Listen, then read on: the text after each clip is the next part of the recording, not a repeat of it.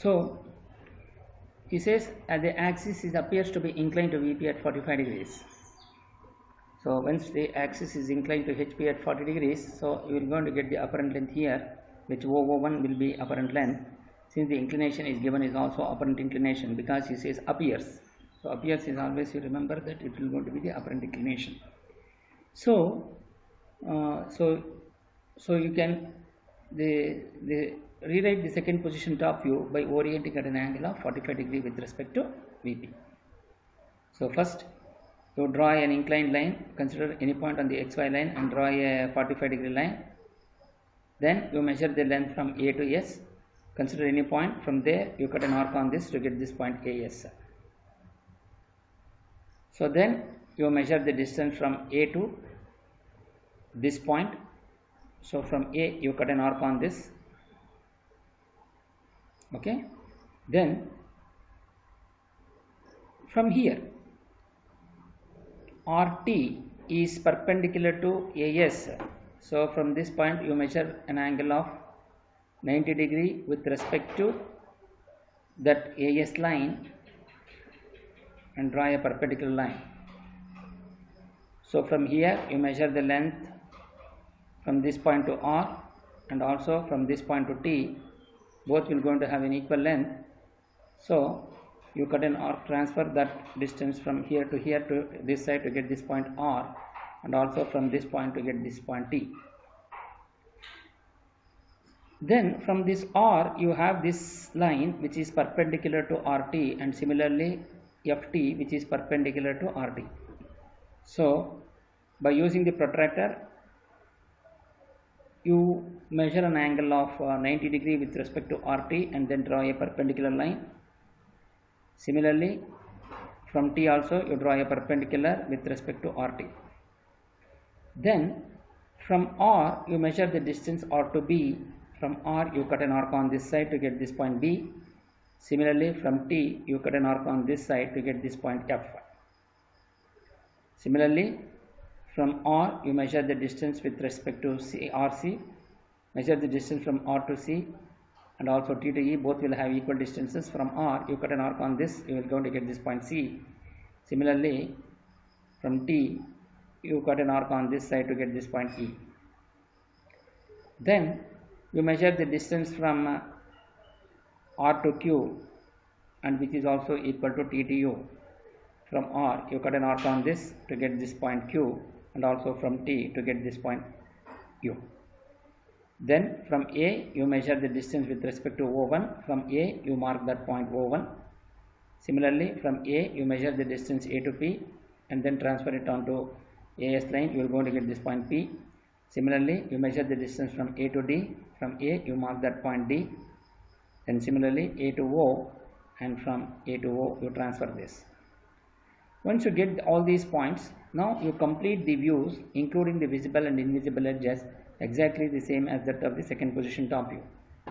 Now we need to write the front view. So draw a vertical projector from A and draw a horizontal projector from A dash to get this intersection point at A dash.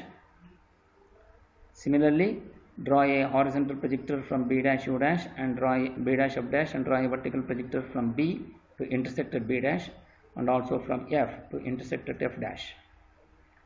Similarly draw a horizontal projector from O dash and draw a vertical projector from O to intersect at O dash, and draw a horizontal projector from C dash E dash and draw a vertical projector from C to intersect at C dash, and also from E to intersect at E dash.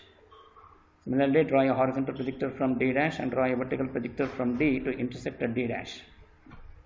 Then name them A dash, B dash, C dash, D dash, E dash, F dash, and O dash. Now you come into the base. So draw a horizontal projector from P dash and draw a vertical projector from P to intersect at P dash. Draw a horizontal projector from Q dash, U dash, and draw a vertical projector from Q to intersect at Q, and also from U dash to intersect at U dash. From U to intersect at U dash. Similarly, draw a horizontal projector from O1 dash and draw a vertical projector from O1 to intersect at O1 dash. Similarly, draw a horizontal projector from R dash and T dash and draw a vertical projector from R to intersect at R dash, and also from T to intersect at T dash. Similarly, draw a horizontal projector from S dash and draw a vertical projector from S to intersect at S. Then name them P dash, Q dash, R dash, S dash, T dash, U dash and O1 dash. Now we need to join them with a continuous thin line. So join between A dash to B dash, B dash to C dash, C dash to D dash, D dash to E dash, E dash to F dash and F dash to A dash with a continuous thin line. And similarly P dash to Q dash, Q dash to R dash, R dash to S dash, S dash to T dash, T dash to U dash and U dash to P dash. Then join between A to P, B to Q, C to R, D to S and E to T and F to U and join with the center line with O and O1 dash. Now with the center line. Once you do that, now we are going to apply the condition of visibility and invisibility.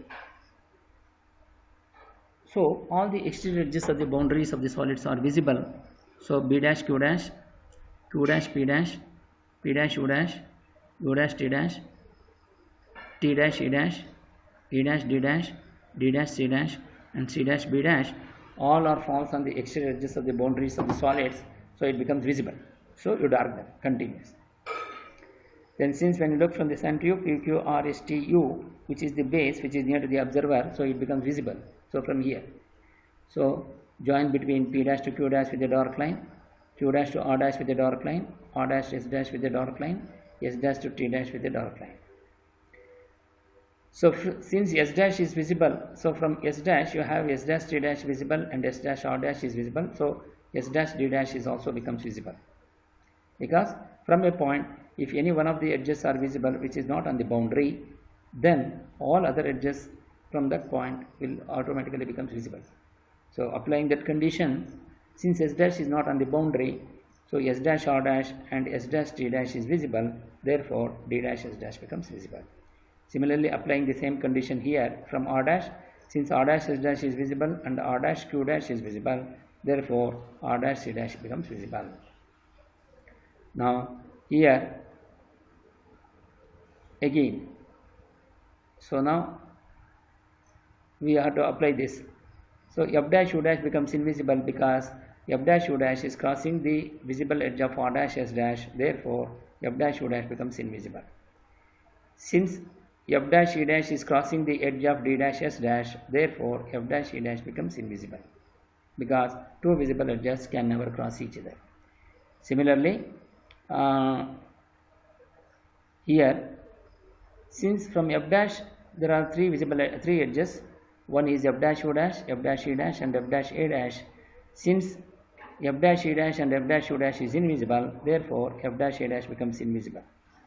Since A dash becomes invisible, so from A dash there are three edges, A dash B dash, sorry, A dash P dash, A dash F dash and A dash B dash.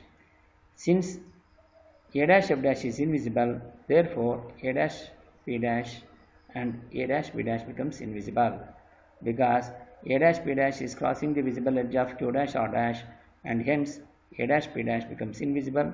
And similarly, since A dash F dash is invisible, therefore A dash B dash also becomes invisible because from a point, if any one of the edges is invisible, then automatically all other edges will going to become invisible.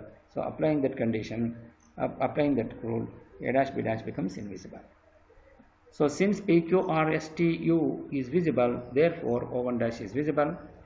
Since A dash F dash and F dash E dash is invisible, therefore in a hexagonal surface of A dash B dash C dash A dash F dash, therefore O dash becomes invisible. So hence now in the final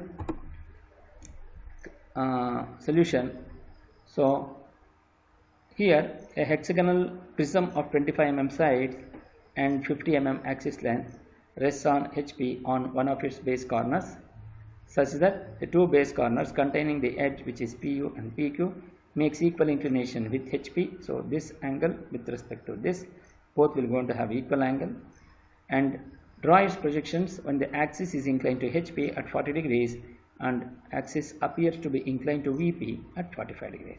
Since we have taken care of all the conditions, and hence the problem is right.